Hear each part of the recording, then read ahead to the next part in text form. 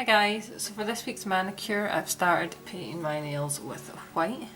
I'm then going to go in with a silver holographic, as you can see here, and do a side line.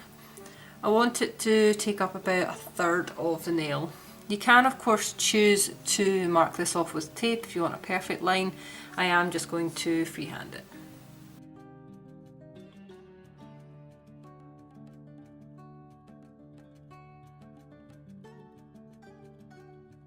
So next I'm going to use some neon colours, so I've just got them on the side to a palette here, and I'm going to use a small dotting tool just to make the irregular shapes down the white side of the nail.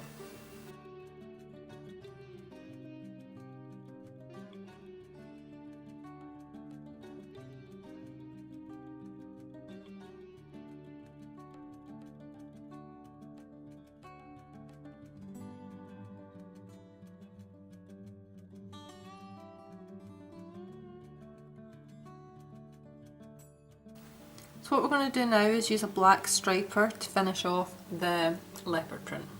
So you just want to partially go around the neon, don't completely circle the colour, and then just every so often put a few random splodges of black in between the neon as well.